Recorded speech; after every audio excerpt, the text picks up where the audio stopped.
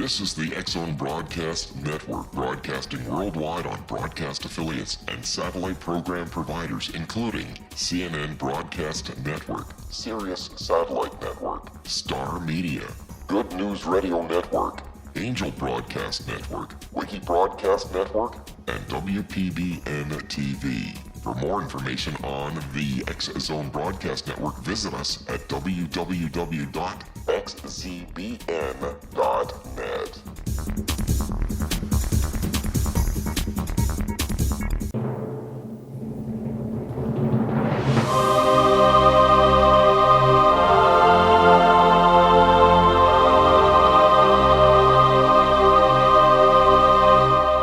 The Science of Magic with Gwilda Wiyaka is largely an opinion talk show. All opinions, comments, or statements of fact expressed by Gwilda Wiyaka's guests are strictly their own and are not to be construed as those of the Science of Magic or endorsed in any manner by Gwilda Wiyaka, Relmar McConnell Media Company, its affiliated networks, stations, or employees.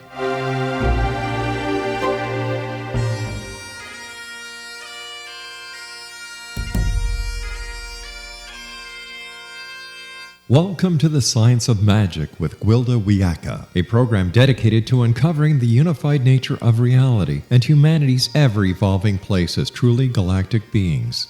For more information on the Science of Magic with Gwilda Wiyaka, visit us online at www.thescienceofmagic.net.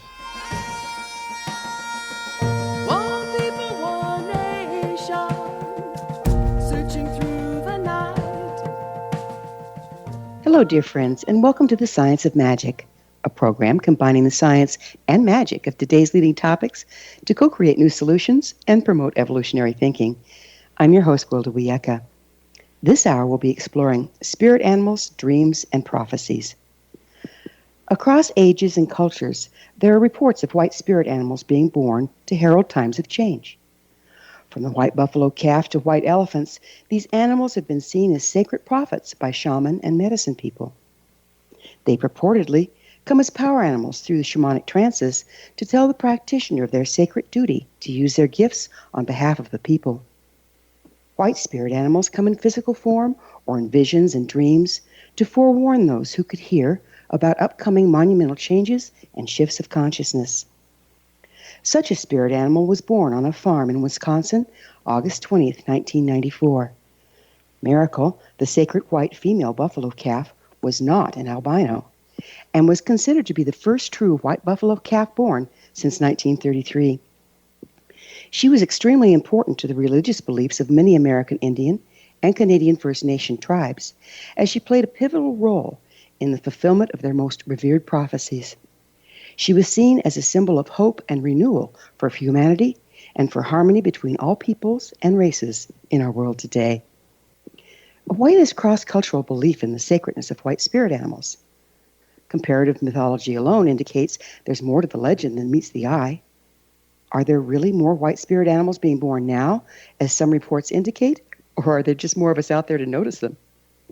How can we understand what they're trying to tell us? With us this hour to explore the mystical powers of the white spirit animals is Dr. Zohara Meyerhoff Hieronimus. She's the author of numerous books, including her latest, White Spirit Animals, Prophets of Change. Zohara is a social justice and environmental activist and a professional artist. She founded the Ruscombe Mason County Health Center in Baltimore. Her website, whitespiritanimal.com. Zohara, thank you so much for joining us on the Science of Magic. Thank you for having me. I'm curious, you have D.H.L. after your name. What does that stand for? Doctorate of Humane Letters. Well, I'm not familiar with that. What is it? It's a doctorate, and that's what it is, from Saybrook University in California. Oh, okay. It's not honorary? Honorary with full uses as though it weren't. You know, a lot of people get honorary doctorates as a political or a financial pay. I got mine actually for my body of life work and was told it is no different than having received any other doctorate, and that I've done more work than many doctoral candidates and deserve several doctorates, but they could only award one at a time. Rats. You could have used more, right? No, one was fine, actually. What was your education in? Well, I have been an artist. Every 10 years I've changed career paths. I was in the performing arts for a decade. Then I was a mime and an artist and a singer-songwriter. And then for a decade I practiced the healing arts and founded the Ruscombe Mansion Community Health Center and learned all about distant healing, non-local consciousness, acupuncture, homeopathy, nutrition, and put the center together, believing that it was so important. And that was back in 1985, so that's a long time ago, 30 plus years. 32. Yeah, you're on the leading edge of it back then. It was the leading edge. It's the oldest freestanding integrative holistic healing center in the country, actually, that was not founded around a particular spiritual guru or a particular spiritual lineage. It was based in the Western mystery tradition in the sense that it's an individuated path, and the way integrative healing works is explicitly that it's a journey. It's not something that's done to you. It's an opportunity for you. So, we're in our 34th year almost, and then for a decade I practiced all the communication arts. I was a broadcaster. I wrote for newspaper. I did television shows as well and cable. And then I did a decade of really dedicated esoteric study of Kabbalah and some of the shamanistic arts. So I've always been a student of the esoteric mystery tradition since I was, I guess about 14 deliberately. And I'm now in my mid-60s, so it's been a long haul, half a century of working at it. And then this decade that I am towards the last few years of, actually, I have dedicated to animal communication. So the truth is I went from the performing arts to the healing arts to the communication arts to the telepathic arts. How fun is that? And yet they're all related because they're all about the creative process. Yeah. So how'd you get interested in white spirit animals? I've always been an animal lover since I was a very young child and have always practiced at communicating with animals, whether it was giving people messages from their beloved deceased dog or hearing a message from a now-deceased bonobo who was the study of one of my guests, Matata, who was one of the longest-lived captive bonobos. What happened was in March of 2013, actually, I had a waking day vision, and waking day visions have informed all 4 of the books I've done in which I'm shown a pattern, sort of the as above, so below axiom, and I'm shown these interconnected realities between what we experience in the physical world and what's happening in the spiritual world. So in 2013, I had a vision specifically of a group of white spirit animals came and gathered all around me, and I to tell you the truth, Gwilda, I was stunned. I mean, I knew immediately I was in the presence of great elder teachers, and I felt that way. So I immediately responded, as I've learned to do over the decades of service, that when spirit beings, whether they are human, animal, nature, come to you, whether it's in a meditation, a vision, or a dream, it's not to be just looked at as so much debris in your life, that it was a very important moment. So I said to them, what can I do for you, and why have you come to me? And they explained that they wanted me to tell their story, and it was like 12 different white spirit animals. There was a buffalo and a wolf and a giraffe and a whale and a shark, and I didn't write about all of them. I wrote about 5 that I was instructed to write about, which is the buffalo, the wolf, the elephant, the bear, and I'm forgetting somebody. I do this all the time. Anyway, I don't mean to. I love them all. And what I learned from them, because they said they wanted their story told as a whole. I think I may not have included the lion. And that by telling their story as a whole, I would have a better understanding of their purpose. White spirit animals had been something I'd been aware of, particularly, as you mentioned, the white buffalo that was born on the Hyders Ranch in the 80s. But this dream really showed me that there was something more important, that basically these white spirit animals are the prophets of the wild, and that it was an appropriate response emotionally. They are revered elders, and they're revered by the traditions in which they exist worldwide, whether it's the white lion in Africa or the white wolf across the northern plains, or meaning our continent, or the buffalo, or the elephant in Asia and India. And what you find when you study all these animals, or the white bear in the Colombian rainforest, British Columbian rainforest, is they've all been revered by indigenous peoples for centuries, if not millennium. Their Yeah, white it's coat. amazing, isn't it? It's, why do you suppose there's this cross-cultural belief in the sacredness of the white animals? Well, I think white animals, firstly, these aren't albino. These are animals that inherit two recessive genes from their parents who may not be white-haired at all. In the same way, a red-haired, fair-skinned Irish woman has the same recessive gene that the bear has, actually, to make it a white bear. I think there's so few of them that, firstly, that stands out as notable. Secondly, they're white, so we see them unlike the rest of their species. A white bear is not a black bear. A white wolf is not a brindle wolf. A white elephant is not a gray elephant. They're kind of pinkish, actually. And a white lion stands different from a golden tawny lion. So people have noticed them. There is also the association with them in all of the tribal lore associated with each animal in their domain, their ecosystem, as being remnants of the last ice age. And it said that their white coats are to remind us of the time in which we had these, basically one could say, telepathic rapport with the animals with whom we lived, that they were not looked at as beneath us, they weren't looked at as less conscious than us, they weren't looked at as not having the right to exist like we do, which is a very modern kind of entitleism that was totally the European culture. And instead, the elders revered them as they would give up their life for them, for their food or their protection. And so they understood that this was a reciprocal relationship, that this was a relationship of honor and of exchange, in the same way the universe is reciprocal, as I know you discussed. So the elders and the traditions around them and all the native traditions tell us that these animals are here to teach us, they're here to help us, and they show up when we are in the most danger during earth changes. That's pretty interesting, isn't it? Because, I know they don't do real well because they don't have the natural camouflage, but I'd never put it together that they came from the Ice Age. Yeah, and it's interesting because whether it's about the white lion, the white wolf, the white bear, you'll read the elder stories, and they're all about, climbing a ladder to the North Pole or getting ice on their coat as they went. But when you speak to the animals themselves and you look at the shamanistic tradition they are deeply ingrained in, these are our teachers. And they taught us how to survive. They taught us how to hunt. They taught us how to stay warm. They taught us how to arrange our community. And that was one of the surprising things for me, Gwilda, in this journey, was that these were all matrilineal traditions, and they all still are. I mean, the wolf is the only one that has an alpha male and an alpha female, and they all stay together. The bear and the lion and the wolf, the elephant and the buffalo, all are matrilineal. After a certain age of weaning, the males are with the males, and the females stay together for a lifetime unless they breed with another herd. Right. I know the elk here are that way as well, and it's like honoring your own gender in a way, isn't it?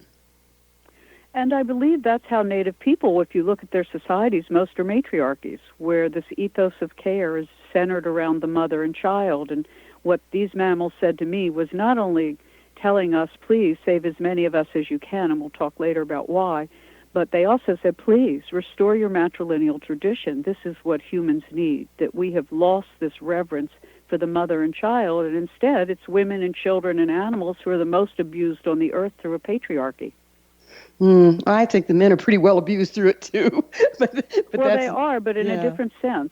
Yeah. Well, you're right. There are male victims all over the world being shot for just standing where they stand. Exactly. Well, we're going to have to take a break from our conversation for a commercial time, but Zohara and I will return shortly, so don't go away. You're listening to The Science of Magic. Our current episodes are internationally broadcast and aired daily through the X-Zone Broadcast Network, xzbn.net. The X-Zone is based in Hamilton, Ontario, Canada. In service to our listeners, prior innovative episodes can always be accessed free of charge on our website, thescienceofmagic.net, and I always love to hear from my listeners. You can email me at info@thescienceofmagic.net.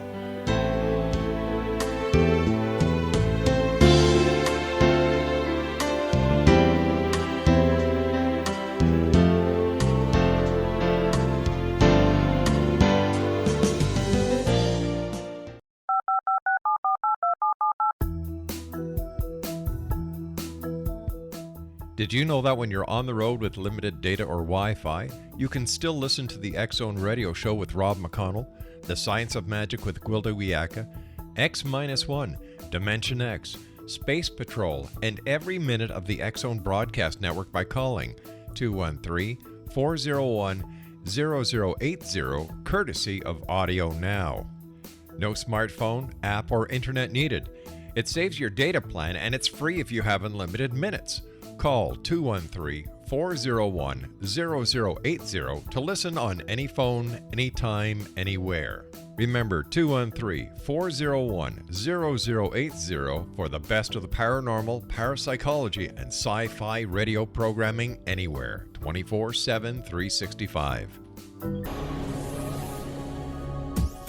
This is the X-Zone Broadcast Network, broadcasting worldwide on broadcast affiliates and satellite program providers, including CNN Broadcast Network, Sirius Satellite Network, Star Media, Good News Radio Network, Angel Broadcast Network, Wiki Broadcast Network, and WPBN TV. For more information on the X-Zone Broadcast Network, visit us at www.xzbn.net.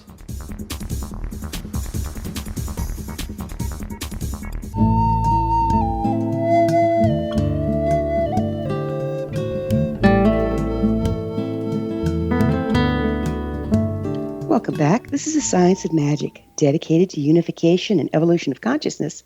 I'm your host, Gwilda Wiyaka.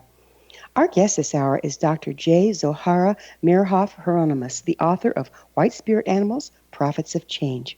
Her website, whitespiritanimals.com. Zohara, we were getting into the how some of the message that you're getting from the white animals is to go back into a matriarchy. Would you mind continuing with that? Well, it was the surprise. You know, people often say, well, what surprised you in this journey? And I always say, that surprised me. Going into writing this book, when they said, if you tell our story as a group, you'll better understand our purpose, had I not, I probably wouldn't have seen this. A matriarchy, unlike people's misgivings or their misinformation, is not about women being in charge. Matriarchies are lateral arrangements of consensus by self-governed people. That is essentially what the Western Mystery Path establishes, is that each of us, and this is what the native traditions teach and believe, that each of us is obligated to come into self-mastery.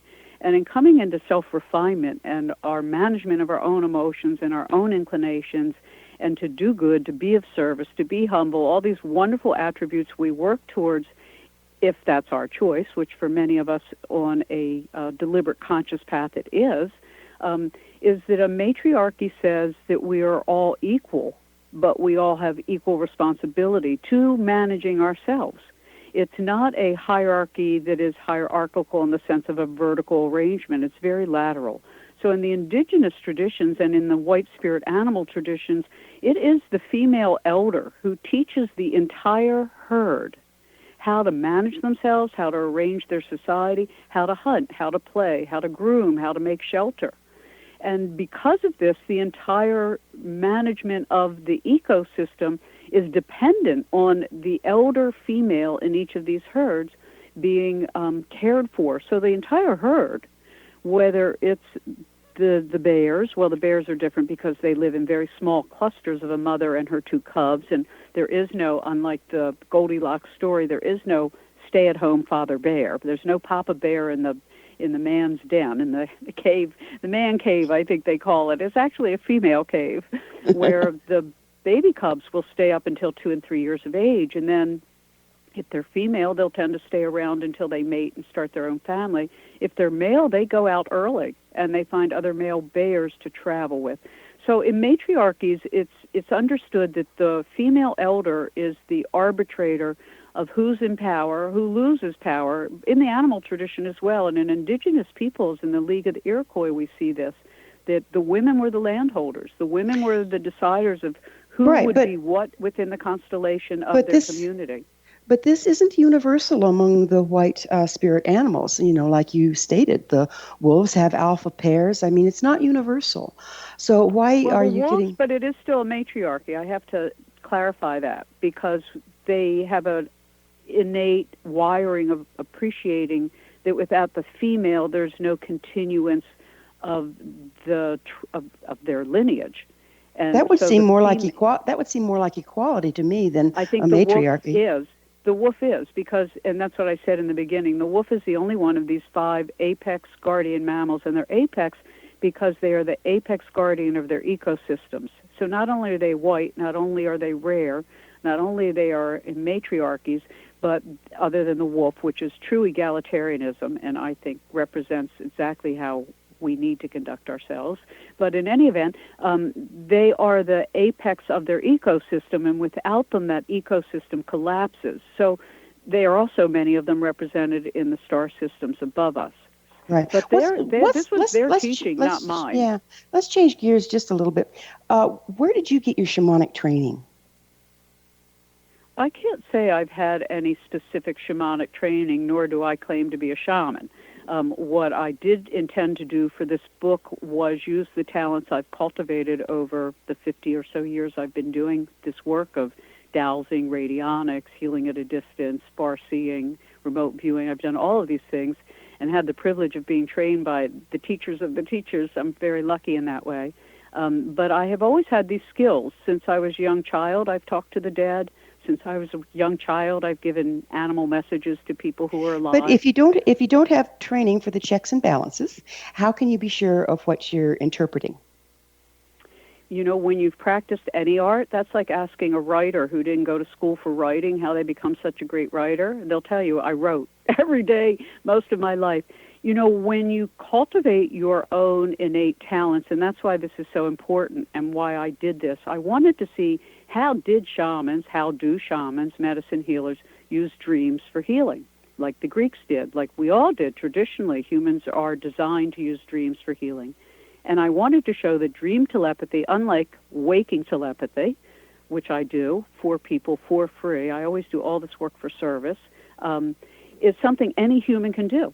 And that's why I specifically wrote this book in that fashion, was using dreams as a method of communication, because if everything is one, Gwilda, and consciousness is basically an intermeshed network of light that's kind of like signals sent and signals received, then it means anything any human focuses their attention on and has intention to be true to what it is that they're doing and whatever it is they're collaborating with, we have the opportunity to learn. So this is why in all of Jungian therapeutics and in many other psychological modalities, they encourage their clients to use dreams for their healing. Dreams are amazing things, and there's lots of different kinds of dreams. We have dreams that we just get as individuals. There's shamanic dreams that you intentionally go out, and then you have to interpret what's coming. And I understand the white spirit animals can come to us in all kinds of dreams, in daydreams, in visions, in night dreams, in shamanic journeys. How can you tell what they're trying to say? You know, it's a great question, and people ask me this all the time when I give classes on, how to talk to your animals, how to know what the tree is telling you. I really believe it's all in practice, because you have to, over a period of time, learn the difference in your own anatomy between projection, imagination, and reception. Yeah, and very good not point. Not everybody receives in the same way. Some people will hear something. Another person might see something. Somebody else might actually smell something. The way I work is I work with my eyes completely wide open, and it's almost like somebody puts a big screen in front of me. And not only do I see the story of whatever it is I have come into rapport with, I hear it. I'm almost like watching a foreign film with, subtitles, only the subtitles are their language translated into English for me. How can you tell, though, if what you're seeing is literal or metaphorical? Another great question. Again, practice. What I have found, and this is what Ingo Swann, the late visionary artist, etc., maverick, who helped create, along with Russell Targ and others, the protocol for remote viewing back in the 1960s when the CIA first recruited them to do this, is to practice non-judgment. The big thing is to just look at what you see and not judge it, not label it, not name it, just experience it. And over time, what I discovered for myself, again, it may not be true for other people, is that my first impressions are the most accurate. But as soon as I try to figure it out, that can't be true, the elephant telling me that they fly, that's impossible.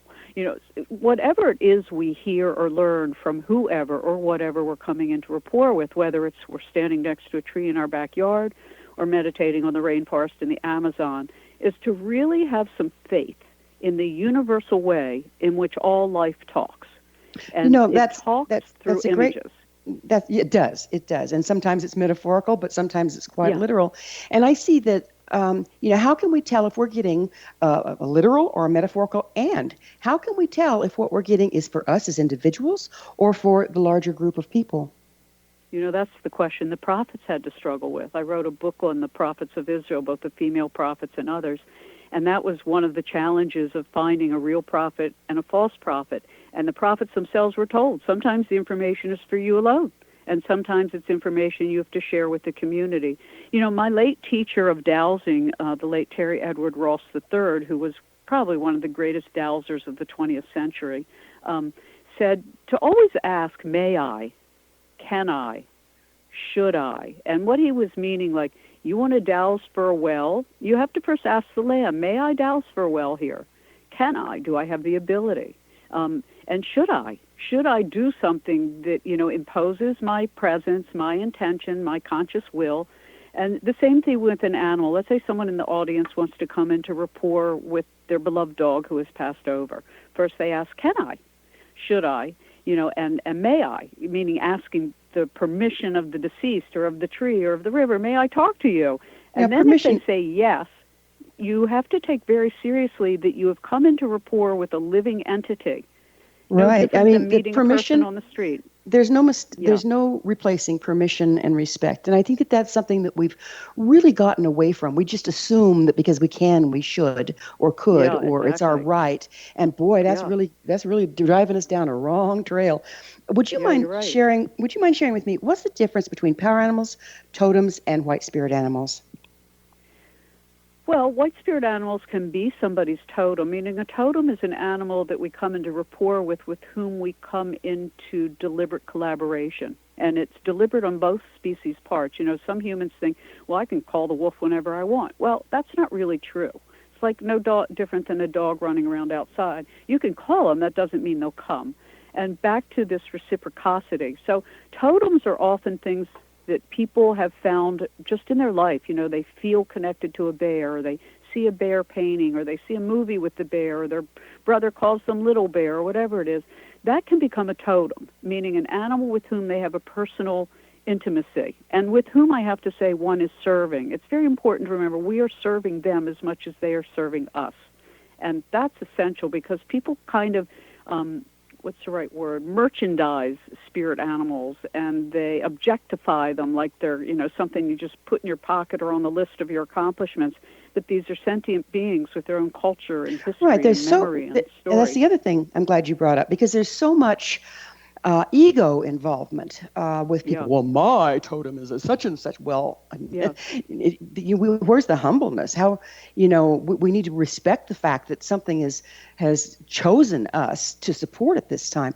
How can we tell the difference between an individual totem that's with us, or are they representing the entire nation of that animal? It's both. I think it's always both all the time. Same for humans. I'm white, I'm Jewish, I'm a female. I always represent Jewish, white, and female. And the same thing with the animals. When we come into rapport with an animal, they are a member of a community. And what you do with that one affects the whole. So how I treat somebody in, a nation affects the whole. If we are to believe the esoteric teachings, which I do, and if we are to believe quantum physics, which I do, then all things is interconnected at all times. So there is never this reality that we have fractured and made, meaning it's not a reality that everything can be looked at separately, because anything we do, think, or say affects the whole. So the same thing, your totem may be wolf, and you have this one beautiful brindley wolf that comes with you everywhere, and you've been told its name. We're going to have to pick up on wolf on the other side of a short pause. Okay. Zohara and I will return to our discussion on the other side of this break, so don't go away. We're coming to you through the X-Zone Broadcast Network, your place for the very best of paranormal, parapsychology, New Age, alternative health, and spirituality program. Don't miss the other fine shows and hosts on xzbn.net. You're listening to The Science of Magic, your resource for creative solutions in a changing world, thescienceofmagic.net.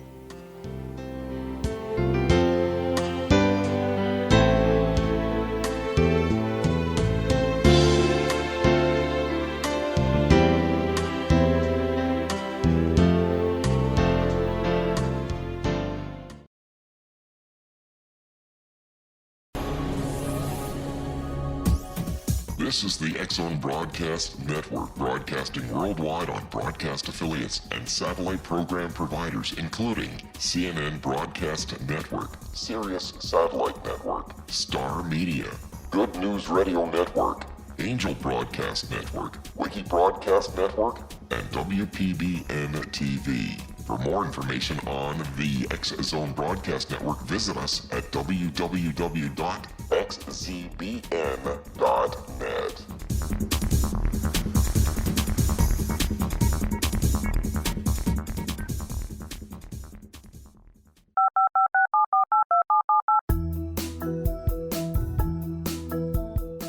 Did you know that when you're on the road with limited data or Wi-Fi, you can still listen to the X-Zone Radio Show with Rob McConnell, The Science of Magic with Gwilda Wiyaka, X-1, Dimension X, Space Patrol, and every minute of the X-Zone Broadcast Network by calling 213-401-0080, courtesy of Audio Now. No smartphone, app, or internet needed. It saves your data plan and it's free if you have unlimited minutes. Call 213-401-0080 to listen on any phone, anytime, anywhere. Remember 213-401-0080 for the best of the paranormal, parapsychology, and sci-fi radio programming anywhere, 24/7, 365.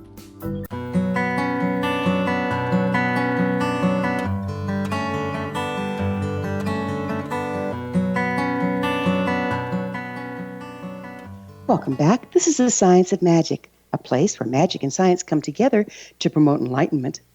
If you all enjoy the wonderful topics on our program, then visit my blog where the adventures continue at thescienceofmagicblog.blogspot.com. I'm your host, Gwilda Wiyaka. Our guest this hour is Zohara Meyerhoff Hieronimus. She's the author of numerous books, including her latest, White Spirit Animals, Prophets of Change. Her website is whitespiritanimals.com. So why do you, speaking of which, Zohara, why do you call the white spirit animals prophets of change?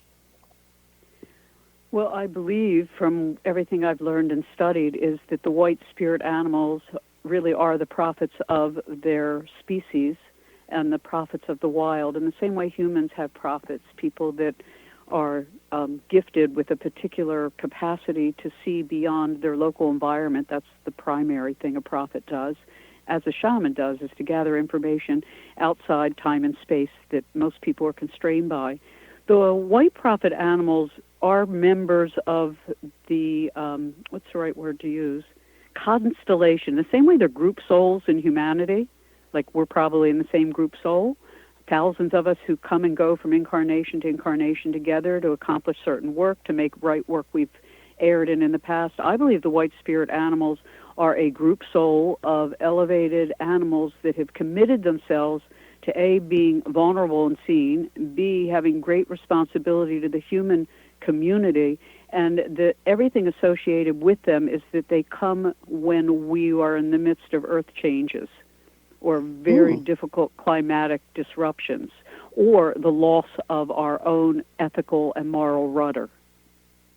So you think that we're in those kind of times right now?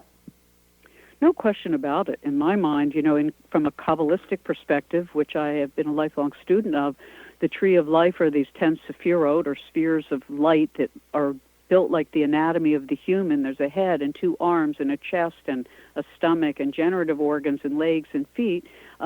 We are, in terms of the time span of incarnation within a Kabbalistic structure, in what's called Yesod. Yesod is the generative organs, and we are moving now into the bottom of the tree of life, the feet, which is called Malchut, which is the kingdom, and it also represents women and the moon. And in the next 200 years, we'll firmly be in the age of Malchut, which is when women and men will be equal, and women will come into complete and total leadership and being honored in an appropriate fashion, meaning we will finally walk our talk. So change is upon us, and we're in a sixth extinction physically. We are losing 27,000 species a year against a former background rate of 1 to 10. It's an accelerated die-off. Paul Crutzen, who got the Nobel Prize for his work in ozone, has named this Anthropocene, which is to suggest our impact on the environment since the 1800s is severe enough to call it, the human-impacted ecological time period within a interglacial age. But, okay, so there's no question we're in for big, big changes. This, at least if you study the Mayan calendar and various other forms, including the horoscope, the ages, this seems to be a cyclic thing, whereby we move in and out of the galaxy, areas of the galaxy that supports either a masculine dominance, a feminine dominance, which I believe we've been in, and I think it's been every bit as damaging as the masculine one, to a time of balance. So as we move into the age of Aquarius, that's a time of balance. Are we talking about the same thing here? We are. The question of balance is everybody is male and female. We're just more female if we're in a feminine body by a few percent, and we're more male if we're in a male body. So we're all male and female. We all have a right and left hemisphere. We all are dealing with bringing into unity that which we experience as duality. So within our own nature, we have to learn to balance our masculine and feminine natures. I'm a very aggressive masculine female. So, I'm a good example of a woman who leans more towards that, to the positive pole, than the negative pole, and that's not good and bad, that's just polarities. Mm-hmm. So I don't disagree with you in that, but there are stages of evolution that take place in order to ground something, and if a needle has swung far to the right, in order to come to the middle, sometimes it has to swing to the other side and then find a balance. But it's really about all of us, and that's what the white spirit animals, prophets of change, are saying, and that's the teachings in all the traditions. It's time to take responsibility for who we each are and how each one of us conducts ourselves in word, thought, and deed. I think that's so important right now, because everybody's out there jumping up and down about this government and that government.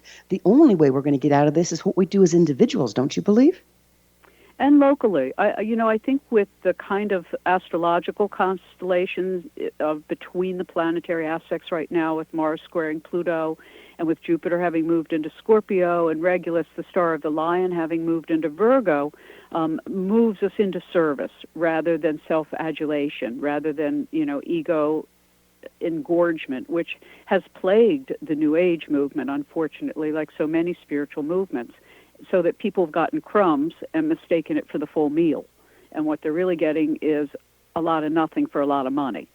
Unfortunately, the truth about you asked me some fascinating questions, and I want to thank you for them, because very few broadcasters have enough exposure like you do and involvement as you do to ask the questions you ask. How do we know what we perceive is true? What I tell people is it doesn't matter. What matters is to keep a record and keep practicing. And a simple practice about learning the difference is when you drive, imagine what color the next car is going to be coming around the corner. You do that long enough and you start seeing how well and good you're moving forward in that, then you move to the next stage. What can I do for this person who is suffering? What can I do for this environment in my local community? I think back to your simple answer of the individual is yes, it starts within each one of us.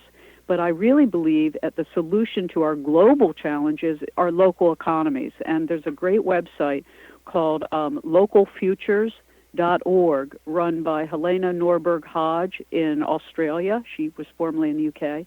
And they have proven that if we restore local economies, whether it's in India or Africa or Baltimore, we will have a vigorous community of people in good relationship to each other.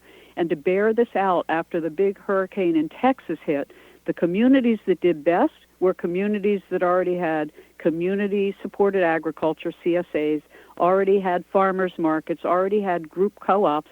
Within 3 days, they were up and feeding and sheltering and taking care of each other. So exactly, and that's where we need to move.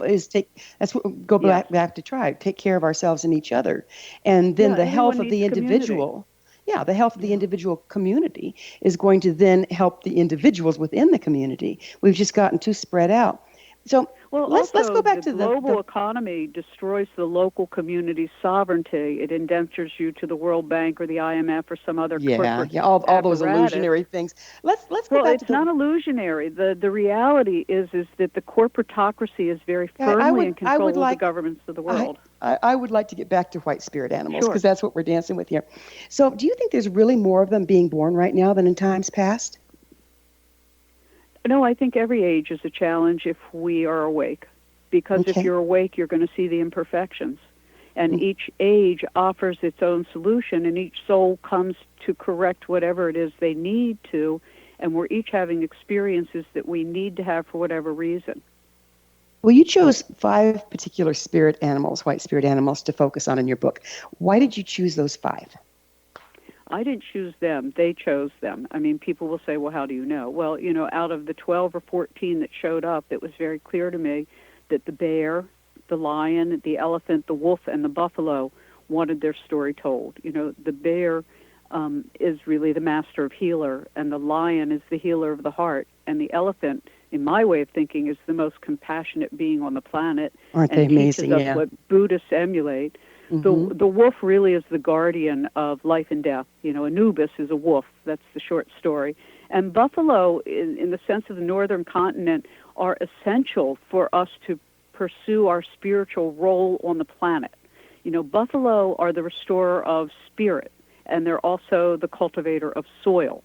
And that's the message. The fact that buffalo are rising in the United States, that there's an effort to preserve them, that the former President Obama named them our national mammal, the fact that they're being bred, that there's so many now white spirit animals. Cynthia Hart, who I discuss in the book extensively, has the White Bison Association now settling around the mounds in Ohio.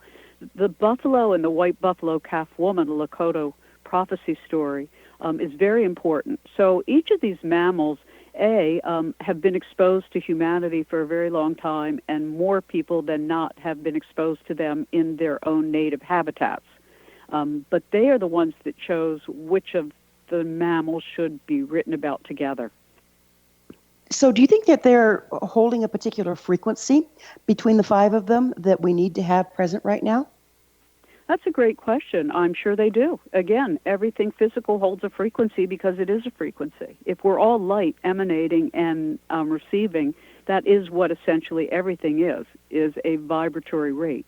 So when we change our vibration, and back to the Maya, they say that we're now in a recycling every month of we're at the highest frequency this planet can receive and be able to withstand it. I mean, it's called the ninth wave.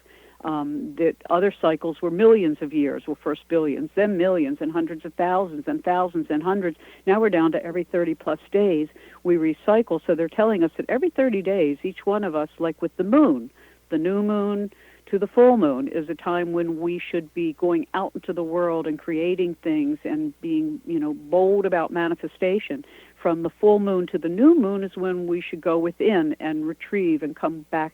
So I think that even the Maya say that we are now being put back in harmony with the moon, which the Gregorian calendar took us off at.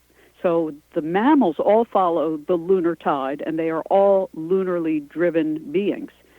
Humans, for the most part, many of us, no longer live in association with the lunar cycle. So yes, and they also each, for the most part, not all of them, the elephant, I haven't found the right star system, but the others are all represented in the heavens above us. So they represent, so the white bear represents the whole entire northern pole, or the pole star, where all our continents come together, where everything on Earth, all the longitudes come together. You look at the elephant, and its role in Asia and India for Buddhists and Hindus worldwide is they have always taught us how to show maternal care and how to keep community together, how to revere the elder, how to treasure our youngers. They're just the most compassionate beings there are. And they are said to stir the Milky Way. So there they are in the middle of our galaxy. We have the bear at the northern end of our whole planet, and then you have the lion, who Leo next to Virgo. It's so interesting when you look at them astrologically. There's a lot there. So yes, I do think, to your question, yes, I do believe they hold a frequency, and yes, I do think there's a reason they're all related. The bull is Taurus. Anyway, there's fascinating stories in all of it. There is, and I'm wondering, and we're about to have to take a break here, but we'll get on the other side of the break. I'm wondering what we can tell about the support they're giving us by the combination of the frequencies they're bringing and the things that they stand for metaphorically, as well as how they get along on the planet. So we'll pick up on that on the other side, but we do need to take another quick break. Before we pause, let me remind you to check out the amazing upcoming Galactic Shamanism classes for both children and adults on findyourpathhome.com. Zohara and I will be back shortly, so don't leave us now. This is The Science of Magic, your resource to altruistic professionals of science and the esoteric working together to create common ground for the betterment of our world. Join our email family to stay abreast of all the exciting things we offer at thescienceofmagic.net.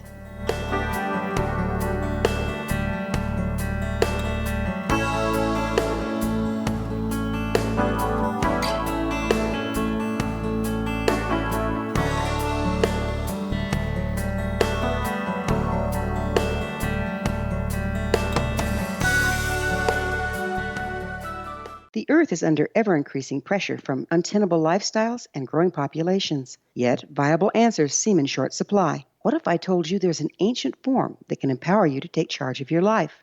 What if your entire family could be enfolded and supported by life itself, finding safe passage through challenging times? I'm Gwilda Wiyaka, founder and director of Path Home Shamanic Art School, with great news: an upcoming series of leading-edge online affordable classes based in an ancient form of shamanism, easily learned and used by your entire family. Galactic Shamanism, Art of the Ancients, Key to Tomorrow are a series of online adult and children's lessons instructing your entire family on natural law, how to cooperate with and be supported by the powers of the universe. Visit findyourpathhome.com to find these unique and powerful classes.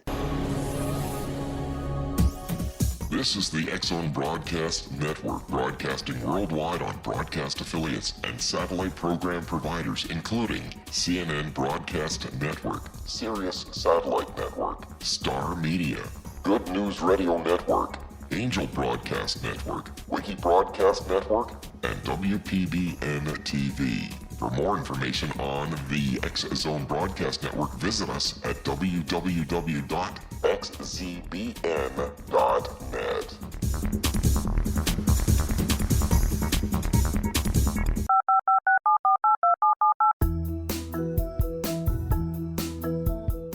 Did you know that when you're on the road with limited data or Wi-Fi, you can still listen to the X-Zone Radio Show with Rob McConnell, The Science of Magic with Gwilda Wiyaka, X-1, Dimension X, Space Patrol, and every minute of the X-Zone Broadcast Network by calling 213-401-0080, courtesy of Audio Now. No smartphone, app, or internet needed. It saves your data plan, and it's free if you have unlimited minutes. Call 213-401-0080 to listen on any phone, anytime, anywhere.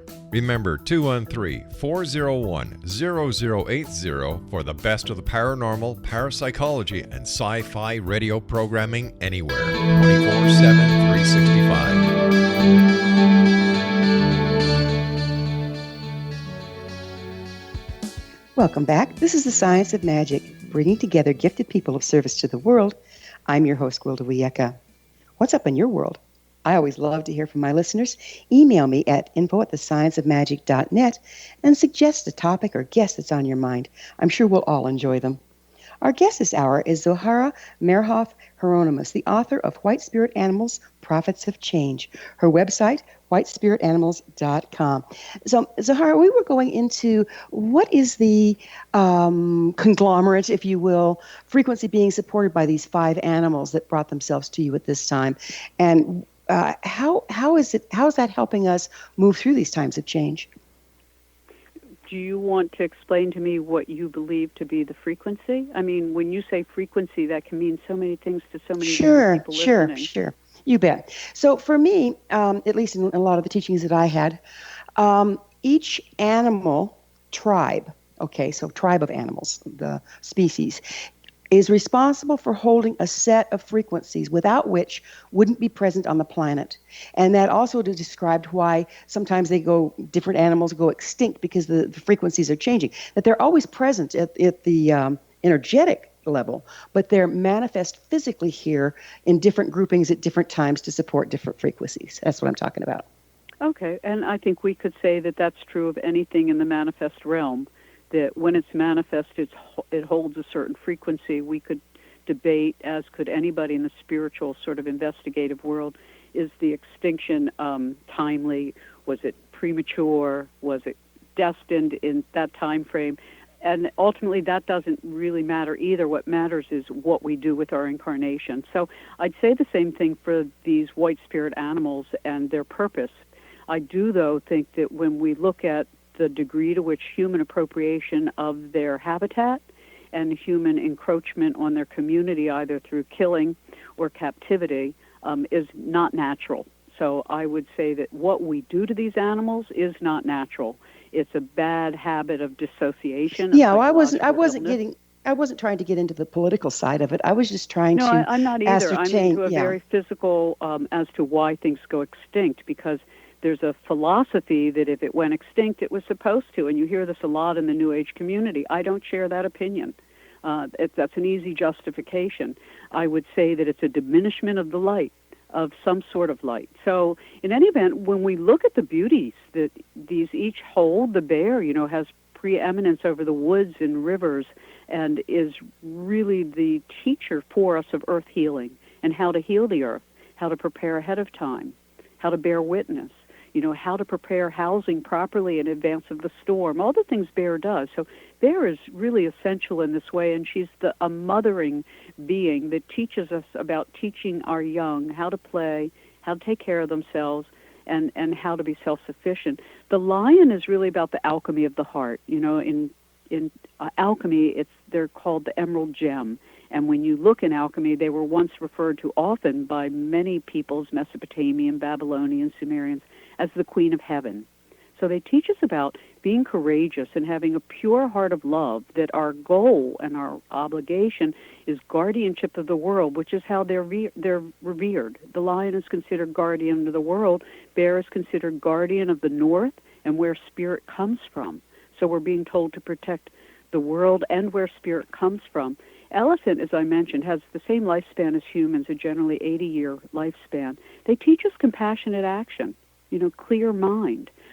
When Lawrence Anthony died, they showed up to mourn him. They teach us about telepathy. The wolf and the wolf packs can be as large as 80 to 30-some wolves. They have a 25-year lifespan. They're the closest to us of any mammal, truthfully, spiritually, because they're guardians of the threshold. It's they who help us appreciate that life and death is a continuum. And so they're always there when somebody's crossing over or coming into the world, and they teach CPR, conservation, preservation, and restoration. And the buffalo I mentioned earlier really reinvigorate the soil, and they now know that without the buffalo, the prairies die. If we reinstall the buffalo into roaming migratory lands, we will have very fertile soils, which is really good for unstable climate. Each of these animals, when restored to their rightful presence in their ecosystems, will help these ecosystems remain resilient during earth changes. And buffalo, because they were so willing to give up their life for humans, teaches us what it is to have this vision beyond our single lifetime, that we are all, whether animal or human, here beyond ourselves. We're for everybody.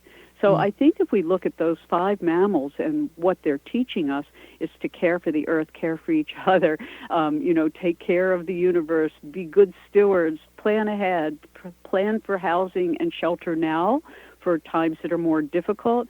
It's our noble-hearted guardianship that is at stake, and that we all have the capacity to do the work each of us is here to do. We just have to desire to do it. You speak of dream telepathy, to change gears a little bit here. What exactly is dream telepathy?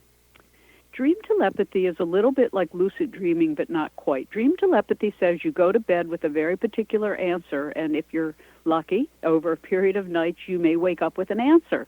So it's, how is my Aunt Dorothy? Or what does the wolf in my woods need? Or that little bird that didn't seem to be able to fly, is there anything I can do? Whatever your question, frame it very clearly before you go to bed. Call the animal, the tree, the person, the object, the issue into your heart. say it 3 times and ask for permission. Would you communicate with me what I can do for you? Or will you communicate what I need to know for healing, or whatever it is? But it's to be very patient with yourself in the process. Write down anything you can remember when you first wake up or during the night. And over a period of time, it might be in a group of dreams, it might be in a single dream, you might not hear anything for a month.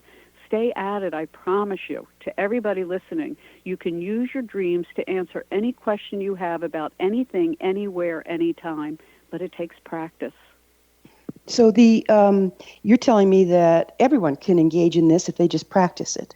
Yes, I believe that. I think it's one of these inbred biomind superpowers, as Ingo Swann used to call them, like remote viewing or telepathy in the daylight. Yes, I do. I think it's one of the gifts we've been given that we've let atrophy, and that we should really invigorate in each of our lives. Do you think that this is a time when we have a better opportunity to do that than historically?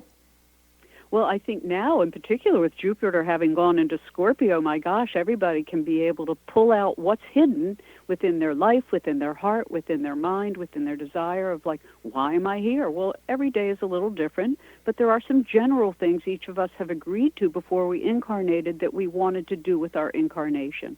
Maybe it's to be a mother, maybe it's to be an engineer, maybe it's to be a broadcaster, maybe it's to be a late-life painter. Whatever it is, answer the call, because the call is the soul calling out to you. And when we dream, our soul is really speaking, and we have an opportunity to all speak together in our sleep. And so, like the Aborigines do, they communicate mostly through telepathy during the day. So dream telepathy is a way we can use our nighttime, which is half a lifetime mostly, to really do some of the work we're here to do. So you speak of unhinging our consciousness from Earth's matrix. Would you go into that for a little bit? Yeah, very quickly, because we're almost out of time, I know. But there have been 2 major events that happened since the 1600s. One was moving off the lunar calendar, which I mentioned earlier, and the installation of the solar calendar in its place. It took us away from an understanding and a real relationship to our biorhythms. The other was when the Greenwich Meridian was changed from the Great Pyramids, which represent the 3 belt stars of Orion, which point to the galactic center of Alcyon, and they moved it to Greenwich Meridian, to Greenwich, England. It was sort of, as I call, 2 processions of empires. The Roman Catholic Church put us on the solar calendar, and the British Empire took us away from the esoteric marker system that united all sacred sites on Earth and all places of life that connected us to the galaxy. So we unhinged from our physical biorhythms, and we unhinged from our spiritual matrix, which showed why a stone circle in Ireland and a stone circle in Ohio were connected in exactly the same way, because they all pointed to the galactic center. Now it's kind of like it's wherever it is, but we lost our sense of connectedness. And those 2 things, those realignments of understanding that the Great Pyramids at Giza represented the undying stars that, will always guide this planetary evolution. I mean, maybe we'll shift someplace in the galaxy in the future, but for now, and when we lost that, we lost our sacred internal connection between us all. And the moon, we lost our connection to ourselves and the fact that we're water beings. We have about 1 minute left. How can the white spirit animals help us reconnect to the earth? By serving them. I would say serve your local environment. If you have birds, feed them. Whatever is needed by any animal you encounter, know that this is the call of the white spirit animals. And if animals aren't your thing, help with the environment or help with other people. Their message is to be of service, to be humble, and to know that the work before us can be done if we all do it together, both as humans, as animals, as sentient trees and rivers. The entire earth and our consciousness is one connected fabric of life, and all life talks. So we're not alone here, huh? Definitely not alone, and thank goodness for creation being as majestic and perfect as it is. Don't you think that when we really start to recognize that we're all just cells of a larger organism, we'll have a little more respect for our relations? Amen. Amen. It's a little tiny shift, a little micrometer change in awareness that everything is related to everything at all times. And it Zohara, never changes from that. Unfortunately, we're out of time. It's just been wonderful having you on the show. Thanks for being here. Thank you so much. Our guest this hour has been Zohara Meyerhoff Hieronimus. She's the author of numerous books, including her latest, White Spirit Animals, Prophets of Change. Her website, whitespiritanimals.com. This has been The Science of Magic. Join our email family to stay abreast of all the exciting new things we have coming up at thescienceofmagic.net. Until next time, dear ones, may you be blessed with knowledge and comforted with love as you listen to the wisdom of our animals.